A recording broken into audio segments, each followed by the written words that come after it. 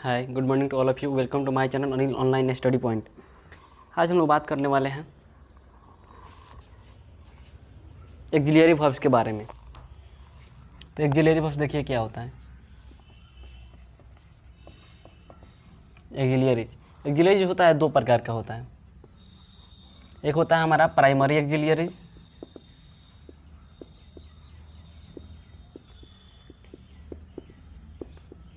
और एक होता है हमारा मॉडल एक्सिलरीज।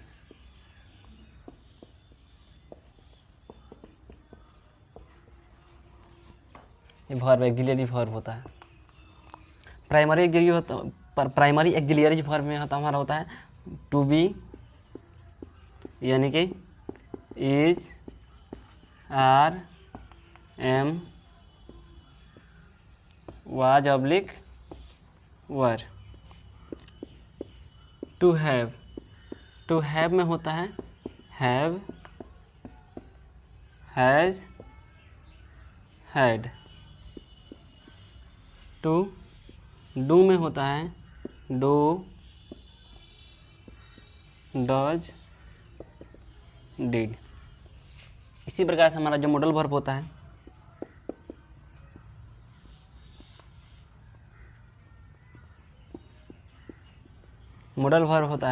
वो होता है can, may, could,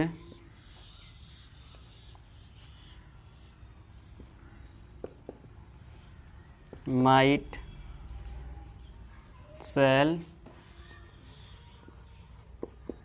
will, should, would, dare, need, used to,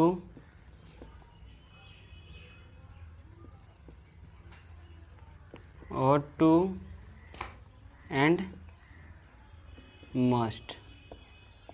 ये होता है हमारा जो होता है मॉडल वर्ब होता है। हमारा जो एक्सिलरी वर्ब होता है दो प्रकार का होता है, एक प्राइमरी एक्सिलरीज, दूसरा मॉडल एक्सिलरीज। प्राइमरी एक्सिलरी हमारा verb to be, verb to have, verb to do होता है। यानी वर्ब टू बी का मतलब होता है is, are, am, was, were. Verb to have का मतलब होता है have, has, had. Verb to do का मतलब होता है डू, डज, डिड। नेक्स्ट हम लोग देखेंगे सबसे पहले हमारा वर्ब टू बी का यूज, यानी कि was, were, is, are, am और वाज, वेयर का प्रयोग।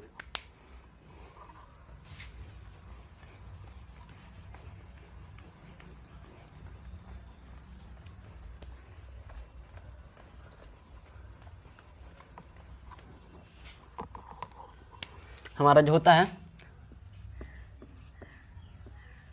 वर्ब टू बी का मतलब होता है इज, आर, एम, वाज, वर। तो सबसे पहले हम इज, आर, एम के बारे में देखेंगे। इज, आर, एम सब एक साथ हम इज, आर, एम और वाज, वर का स्टडी नहीं कर सकते हैं, इसलिए सबसे पहले हम इज, आर, एम के बारे में देखेंगे। इज, आर, एम होता है यदि हिंदी वाक्य के अंत में है, हो, हूँ, लगा रहे और वह मुख्य क्रिया का काम करता हो तो उस वाक्य का अनुवाद इज, आर, एम के द्वारा करते हैं। चलिए, तो इज, आर, एम का प्रयोग हम कब करते हैं? तो जब इज, आर, एम का प्रयोग तब करते हैं कि यदि हिंदी वाक्य के अंत में है लगा रहे, हो लगा रहे, हूँ, यानी है, हूँ लगा रहे और वह मुख्य क्रिया काम करते हैं, यानी कि दूसरा कोई उसमें काम नहीं कर रहा हो, तो हम लोग जो है इज, आर, एम का प्रयोग करते हैं ऐसे सेंटेंस में। जैसे कि सेंटेंस आ जाता है कि मैं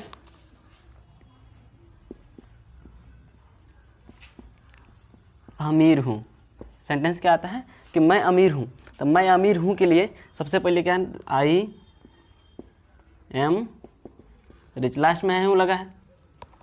और इसमें जो हमारा इज आर एम है ना, यानी कि हेल्पिंग वर्ब यानी कि इज आर एम जो है वही मेन वर्ब का काम कर रहा है, क्या है कि इसमें दूसरा कोई वर्ब नहीं है, इसलिए हमारा जो है वो होता है ना कि इज आर एम जो होता है यही हमारा मेन वर्ब का काम करता है। और है हूँ लगा है सिंपल सेंटेंस जो होता है, तो हम लोग इज आर एम का प्रयोग ऐसे करते हैं। इसी में हम लोग पढ़ेंगे, जितने भी हम लोग सेंटेंस पढ़ेंगे सारे सेंटेंस में हम लोग 4 नियम पढ़ेंगे, affirmative rule, negative rule, interrogative rule और क्वेश्चन वर्ड, ठीक है ना। तो सबसे पहले चलिए इसमें हम लोग देखते हैं अफर्मेटिव रूल क्या होता है।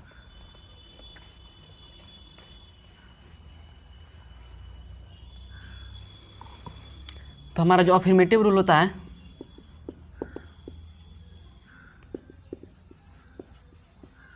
अफर्मेटिव रूल कहता है सबसे पहले लिखिए subject,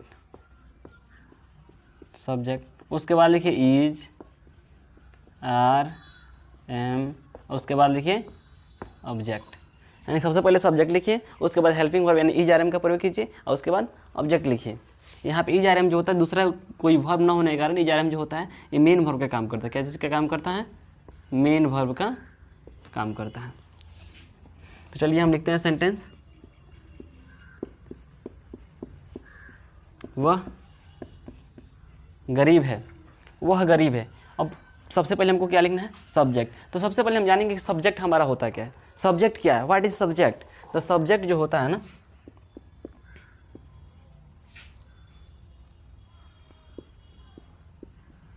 about which we talk और डिस्कस इज कॉल्ड, वैसा वर्ड वैसा शब्द अबाउट विच जिसके बारे में हम लोग बातचीत करते हैं, वी टॉक और डिस्कस हम लोग बातचीत करते हैं, इज कॉल्ड सब्जेक्ट, उसी को हम लोग क्या कहते हैं, सब्जेक्ट कहते हैं। देखिए यहाँ पर वह गरीब है, हम लोग किसके बारे में बात करें, उसके बारे में बात करें कि वह क्या है, तो वह गरीब है। तो यहाँ पे सबसे पहले हमारा नियम कर, हमारा स्ट्रक्चर करेगा सब्जेक्ट लिखिए। तो यहाँ क्या लिखेंगे, सब्जेक्ट, यानी कि यहाँ क्या हो जाएगा, ही। उसके बाद कह रहा है इज आर एम का प्रयोग कीजिए कि क्या कहाँ पे इज लगेगा, कहाँ पे आर लगेगा, कहाँ पे एम लगेगा। तो नोट देखिए, नोट पे हम लोग देखेंगे आई के साथ लगता है एम, ही रहे, सी रहे, इट रहे, दिस रहे,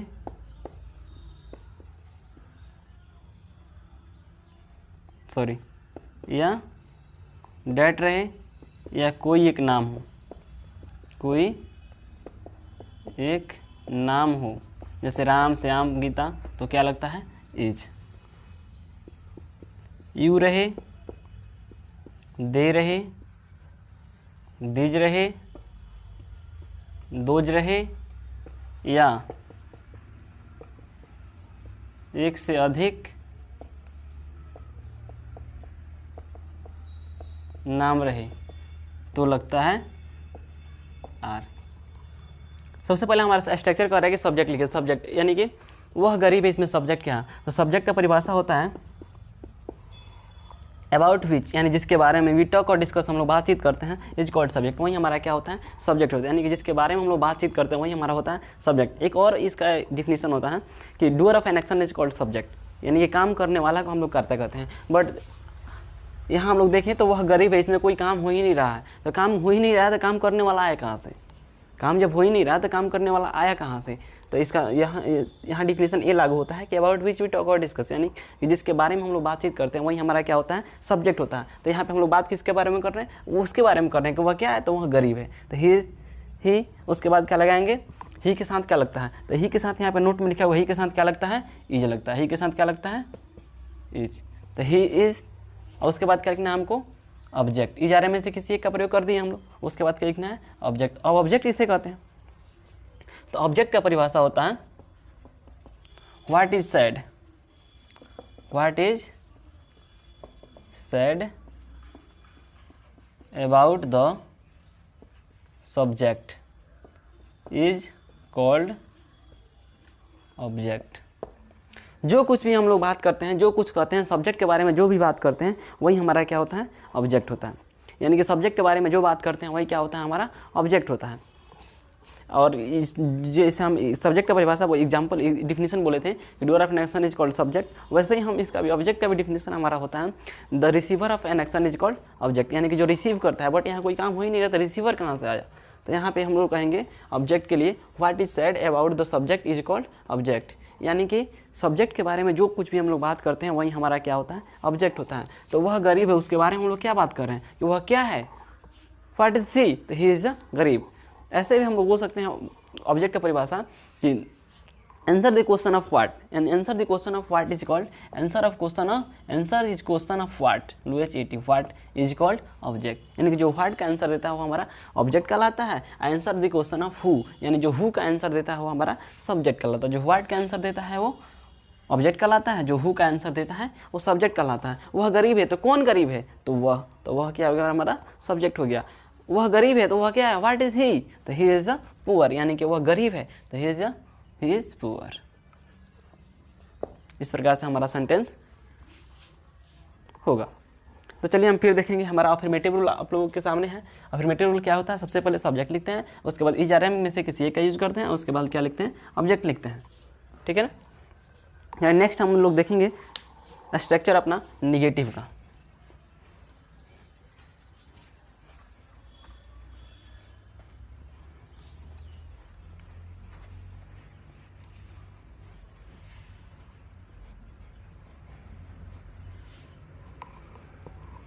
नेक्स्ट स्ट्रक्चर हमारा है निगेटिव रूल। निगेटिव रूल में कहता है सबसे पहले क्या लिखिए, सब्जेक्ट लिखिए, उसके बाद इज आर एम का प्रयोग कीजिए, उसके बाद नॉट लगाइए, तब ऑब्जेक्ट लिखिए। निगेटिव रूल हमारा क्या कहता है, सबसे पहले सब्जेक्ट लिखिए, उसके बाद इज आर एम का प्रयोग कीजिए, उसके बाद निगेटिव है तो नॉट लगाइए और उसके बाद ऑब्जेक्ट लिखिए। राम का भाई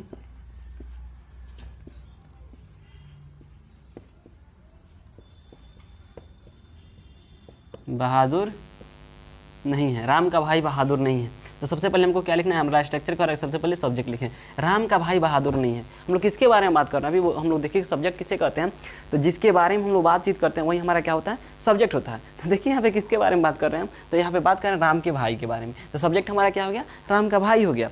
सब्जेक्ट क्या हो गया हमारा, राम का भाई हो गया। तो हमारा सब्जेक्ट क्या हो गया, राम का भाई। तो राम्स ब्रदर, और राम्स ब्रदर यानी तो इसके बाद क्या लगाएंगे, इज लगाएंगे, आर लगाएंगे, एम लगाएंगे। तो राम्स ब्रदर यानी कि एक भाई का बोध रहा है ना, कि एक से अधिक भाई का बोध। राम का भाई बहादुर नहीं है, यानी किसी एक भाई की बात कर रहे हैं, तो इसके बाद क्या लगा देंगे, इज। राम्स ब्रदर इज, और उसके बाद क्या हो रहा है हमारा, नॉट लगाइए तो not object. What is said about the subject, यानी कि जो कुछ भी हम उस सब्जेक्ट के बारे में कहते हैं वही हमारा क्या होता है, ऑब्जेक्ट होता है। तो सब्जेक्ट के बारे में हम क्या कह रहे हैं, सब्जेक्ट के बारे में हम यही नहीं कह रहे हैं कि वो क्या है, तो बहादुर है, तो ब्रेव हो गया हमारा। Ram's brother is not brave, यानी कि राम का भाई बहादुर नहीं है। तो नेक्स्ट एक क्वेश्चन देखेंगे हम, तुम शिक्षित नहीं हो, तुम शिक्षित नहीं हो, तुम शिक्षित नहीं हो। तो सबसे पहले हमको क्या लिखना है, सब्जेक्ट। सब्जेक्ट यानी कि यू। यू के साथ क्या लगाएंगे, अभी हम लोग देखे थे नोट में कि यू के साथ क्या लगता है, आर लगता है। तो यू आर, और उसके बाद नॉट, उसके बाद ऑब्जेक्ट क्या नहीं हो, तो शिक्षित नहीं हो, तो एजुकेटेड।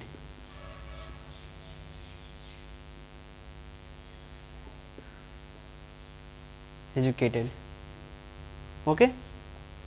ऐसे ही फिर हम लोग देखेंगे हमारा जो नेक्स्ट स्ट्रक्चर होता है वो होता है इंट्रोगेटिव स्ट्रक्चर। कौन स्ट्रक्चर होता है, interrogative structure.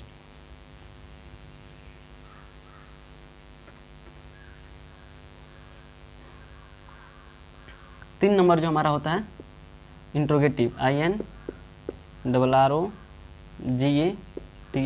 Interrogative rule. Interrogative rule में सबसे पहले हेल्पिंग, सब्जेक्ट के पहले हेल्पिंग वर्ब को ला दिया जाता है। जो भी इंट्रोगेटिव रूल हम बनाते हैं, जब भी इंट्रोगेटिव सेंटेंस बनाते हैं, उसमें सब्जेक्ट को हेल्पिंग वर्ब को क्या किया जाता है, सब्जेक्ट के पहले ला दिया जाता है। तो यहाँ पे देखिए सब जो हेल्पिंग वर्ब है हमारा इज आर एम, इसको पहले ला देंगे, इज आर एम। उसके बाद लिखते हैं हमारा सब्जेक्ट, अगर निगेटिव रहता है तो नॉट लगाते हैं, नहीं रहता है तो नहीं लगाते हैं। उसके बाद लिखते हैं ऑब्जेक्ट, लास्ट में साइन ऑफ इंट्रोगेशन रहता है। तो सबसे पहले लिखते हैं इज आर एम यानी हेल्पिंग वर्ब, उसके बाद लिखते हैं सब्जेक्ट, उसके बाद निगेटिव रहता है तो नॉट लगाते हैं, नहीं रहता है तो नॉट नहीं लगाते हैं। उसके बाद लिखते हैं हम लोग ऑब्जेक्ट, लास्ट में साइन ऑफ इंट्रोगेशन। क्या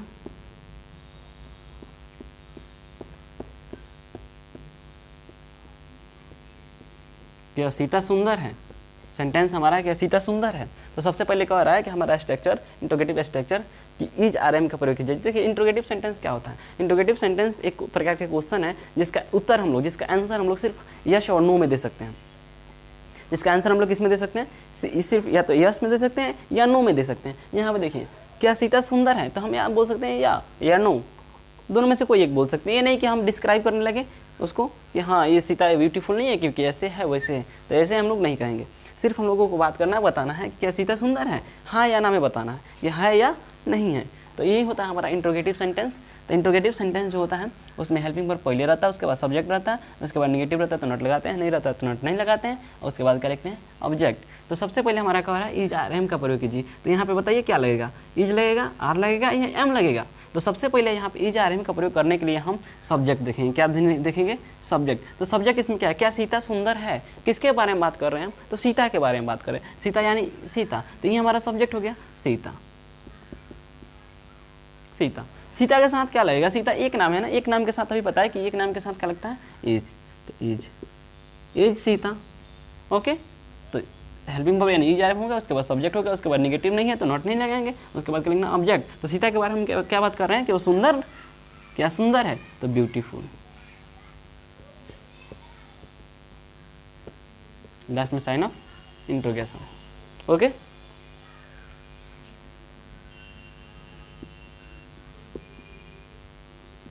क्या आपका भाई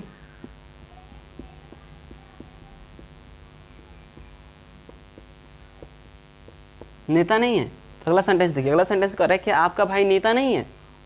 क्या आपका भाई नेता नहीं है? तो सब्जेक्ट इसमें क्या है? आपका भाई। आपका भाई यानी एक ब्रदर का बोध है, एक भाई का बोध है, तो क्या लगाएंगे यहाँ पर भी हम इज। उसके बाद सब्जेक्ट यानी कि योर ब्रदर, उसके बाद निगेटिव है तो नॉट लगा देंगे, not a leader, not a leader. Okay, इस प्रकार से हमारा तीसरा नियम जो होता है, तीसरा रूल यानी कि इंट्रोगेटिव रूल, वो हमारा खत्म हुआ। इंट्रोगेटिव रूल में सबसे पहले हेल्पिंग वर्ब लिखते हैं, उसके बाद सब्जेक्ट लिखते हैं, उसके बाद नॉट लिखते हैं, उसके बाद ऑब्जेक्ट लगाते हैं। जैसे क्या सीता सुंदर है? तो इज सीता ब्यूटीफुल। क्या आपका भाई नेता नहीं है? तो is your brother not a leader. Next हम लोग देखेंगे क्वेश्चन वर्ड रूल। नेक्स्ट हमारा आता है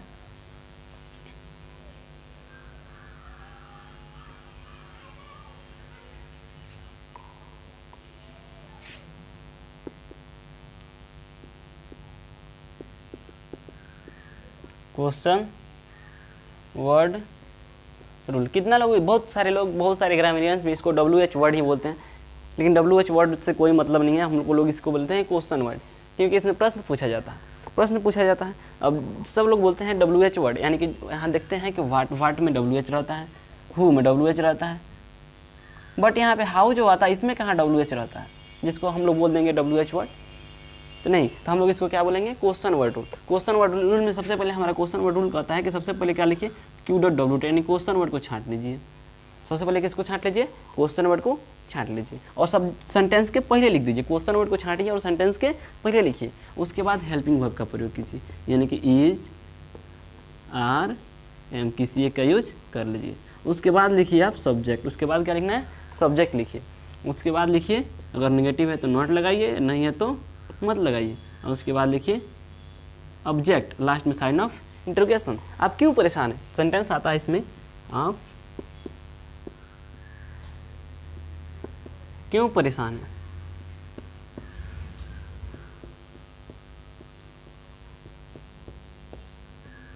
आप क्यों परेशान हैं? तो सबसे पहले हमारा स्ट्रक्चर कह रहा है कि क्वेश्चन वर्ड को क्या कीजिए? आप पिक आउट कीजिए, यहाँ पे छांटिए। तो सबसे पहले हम देखेंगे क्वेश्चन वर्ड हमारा पे क्या है, यहाँ पे क्यों है। क्वेश्चन वर्ड क्या है जी? क्यों है। तो क्यों को हम सबसे पहले छांटेंगे। क्यों का इंग्लिश क्या होता है? वाई। जो का इंग्लिश क्या होता है? वाई। हम क्वेश्चन वर्ड को क्या करेंगे? सेंटेंस के सबसे पहले छांट के लिख देंगे। तो क्वेश्चन वर्ड हमारा क्यों है, तो क्यों को लिख देंगे वाई। उसके बाद कह रहा है हेल्पिंग वर्ब का प्रयोग कीजिए। इज लगाइए, आर लगाइए, एम लगाइए।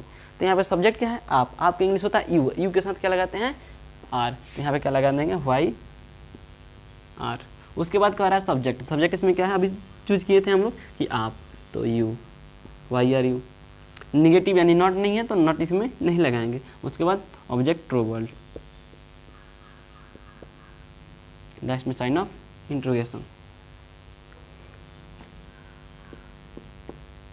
नेक्स्ट हमारा जो सेंटेंस है, आपका भाई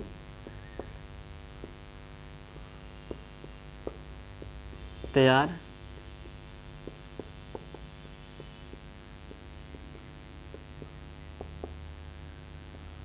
आपका भाई तैयार क्यों नहीं है। हमारा नेक्स्ट सेंटेंस है क्या कह रहा है, आपका भाई तैयार क्यों नहीं है। तो इसमें भी सबसे पहले हम क्या करेंगे, क्यू डॉट डब्ल्यू यानी क्वेश्चन वर्ड को पिक आउट करेंगे। क्वेश्चन वर्ड हमारा क्या है क्यों, तो क्यों को क्या करेंगे सेंटेंस के सबसे पहले लिखेंगे वाई। उसके बाद कंडीशन को प्रयोग करना है हमको, इज आर एम का प्रयोग करना है, यानी कि हेल्पिंग वर्ब का प्रयोग करना है। तो हेल्पिंग वर्ब क्या लगेगा, इज लगेगा, आर लगेगा, एम लगेगा, यानी सब्जेक्ट के अनुसार हम लगाते हैं। तो आपका भाई यानी एक भाई का बोल रहा है, तो why is your, why is your brother not ready.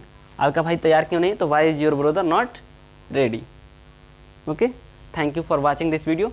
फिर हम लोग जो वाज वेयर का प्रयोग है, यानी कि जो ये वाज वेयर है, ये फिर हम लोग नेक्स्ट वीडियो में देखेंगे कि वाज वेयर का प्रयोग कब, कहाँ और कैसे करते हैं।